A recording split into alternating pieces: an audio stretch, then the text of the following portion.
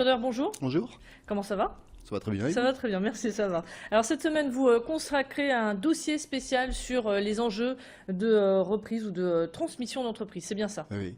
Oui, tous les mois, la Gazette Nord-Pas-de-Calais consacre un dossier spécial sur cette thématique qui, il faut le dire, a été longtemps dévalorisée. C'est-à-dire que jusque dans les années 80-90, dans les grands indicateurs économiques, on ne mesurait que le taux de création d'entreprises et pas de taux de reprise-transmission. Et ce qui a provoqué une différence dans les mentalités, c'est-à-dire le repreneur d'entreprise est encore parfois considéré comme un sous-créateur d'entreprise, ou en tout cas un sous-dirigeant, quelqu'un qui n'a pas eu l'idée originale, l'idée géniale. Et pour en rencontrer, je sais que beaucoup de repreneurs souffrent de cette image. Un créateur d'entreprise a eu une idée, une démarche à la niaque.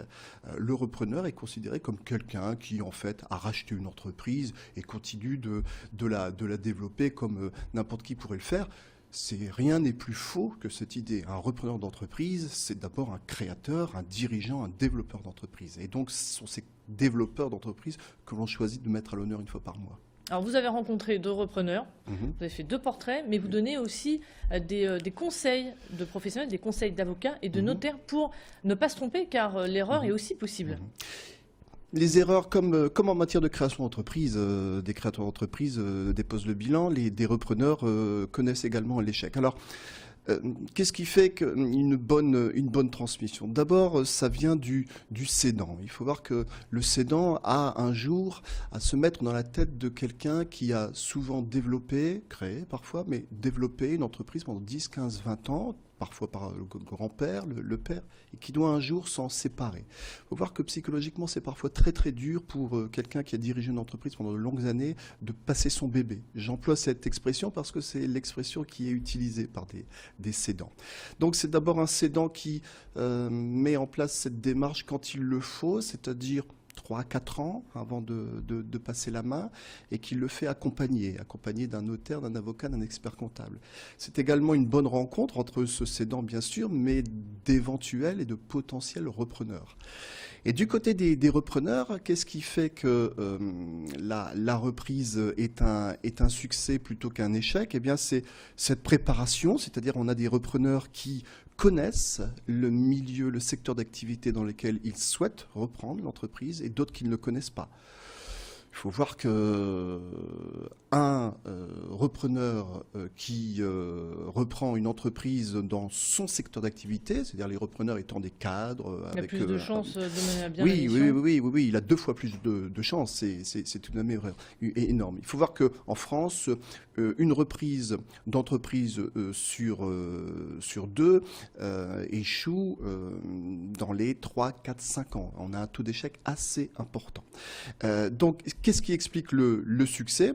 C'est une bonne démarche, c'est un bon repreneur. Et puis c'est un environnement juridique, fiscal, c'est-à-dire notaire, expert comptable, avocat, et puis également tous ceux qui ont pour profession de mettre en relation. Et puis les repreneurs expliquent que c'est un réseau. La force du réseau, là aussi, elle est prépondérante.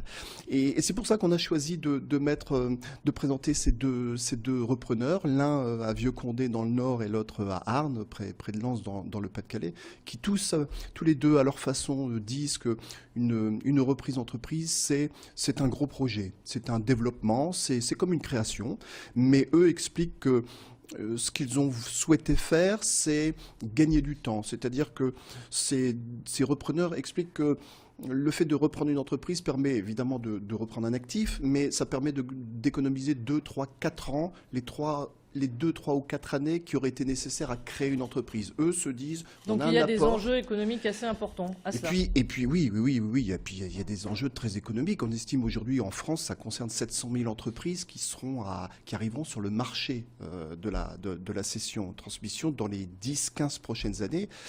Sur les 700 000 entreprises, vous voyez un peu combien ça peut représenter en termes d'emplois. Dans la région, on est entre 40 et 50 000 emplois concernés à l'année. C'est énorme. Est-ce qu'on connaît justement dans la région le nombre de repreneurs ou le nombre d'entreprises à céder? Non, c'est très difficile. Ce sont juste des calculs qui sont faits à partir des bases démographiques. Il faut voir que les repreneurs, les cédants ont 50 ans et plus. Donc ça veut dire qu'on est dans une phase ascendante. Il y aura de plus en plus d'entreprises sur le marché. C'est très difficile parce que de savoir combien de repreneurs, de cédants potentiels cela concerne, parce que la confidentialité est très importante dans ce domaine. C'est très important de respecter les règles de confidentialité. L'actualité nous montre avec Redoute que le débat à un moment a porté sur la confidentialité. Mais il faut replacer ça, par exemple, dans le cadre du projet de loi sur l'économie sociale et solidaire de Benoît Hamon. Une loi qui a été votée la semaine dernière au Sénat, qui est très intéressante, qui aborde de très beaux points. Mais il y a eu une colère de syndicats patronaux qui s'est cristallisée autour de la fameuse confidentialité. C'est-à-dire, dans ce projet de loi, il est stipulé que les salariés devront être mis au courant du projet de cession 2 mois avant par le dirigeant. C'est peu, quand même. C'est peu, et parfois c'est trop. Parce que le cédant a besoin de confidentialité, pas simplement... J'ai même envie de dire pas à l'égard des salariés. Très souvent, dans une entreprise, dans une PME, le patron met ses salariés au courant. Mais en revanche, la confidentialité à l'égard des fournisseurs et des clients. Achèteriez-vous un produit, un service dans une entreprise où le chef d'entreprise vous dirait moi dans 6 mois ou l'année prochaine je ne serai plus là. Ça peut poser des problèmes de confiance. Donc c'est un marché qui est très difficile à estimer parce que les cédants ne vous disent pas moi mon entreprise est à vendre. Alors justement vous parliez de l'actualité avec la Redoute et c'était justement ma dernière question. François Ripineau, le patron de Kering hein, qui veut donc se séparer de la Redoute souhaite cofinancer la modernisation du VP6. Est-ce que c'est une bonne stratégie selon vous? Mais elle est quand même à double tranchant parce que finalement, dans cette reprise de la Redoute est quand même encore en bonne santé. Il y a quand même 700 emplois qui sont menacés. Oui.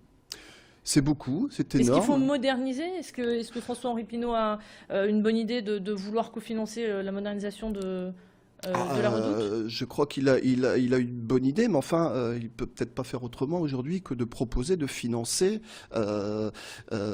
des développements et des modernisations qui normalement devraient être du fait du repreneur. Il se trouve qu'aujourd'hui, les responsables politiques sont dans leur rôle, mais je ne suis pas persuadé que la séquence électorale d'aujourd'hui soit propice au futur développement de la Redoute.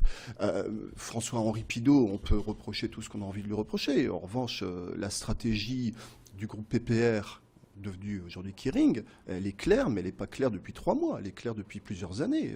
Il y a plusieurs années, le groupe Pinault a indiqué sa volonté de se recentrer sur le luxe, avec la Redoute, entre autres, qui serait à céder. Donc ce n'est pas une décision qui est tombée il y a quelques semaines ou quelques mois. On le sait depuis pas mal de temps.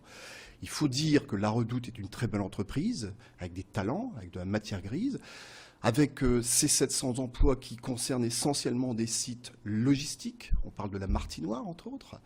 En la matière, il faut voir les grands indicateurs de la VAD. Il se trouve que quand vous êtes à la Redoute, même si vous êtes très bon, si vous avez une notoriété exceptionnelle, vos concurrents, eux, n'ont pas forcément sur les bras des sites logistiques très lourds à gérer. Ça fait partie de l'actif, mais c'est très difficile à gérer. Il se trouve que les géants, pour ne pas les citer, mais les géants concurrents de la Redoute, eux, n'ont pas à financer de Martinoire et n'ont pas sur les bras ce gros chantier social, économique, logistique. 700 emplois, c'est beaucoup. C'est beaucoup et j'espère que le repreneur s'engagera.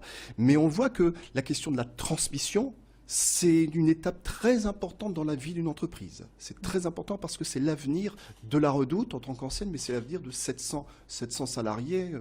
C'est combien d'hommes, de femmes et d'enfants derrière. Merci beaucoup Philippe Schröder pour toutes ces précisions. On rappelle qu'un dossier spécial concernant la reprise est à retrouver donc dans la Gazette. Fin de cette édition spéciale. Le prochain point sur l'actualité, c'est dans 5 petites minutes à 15h30. Soyez au rendez-vous.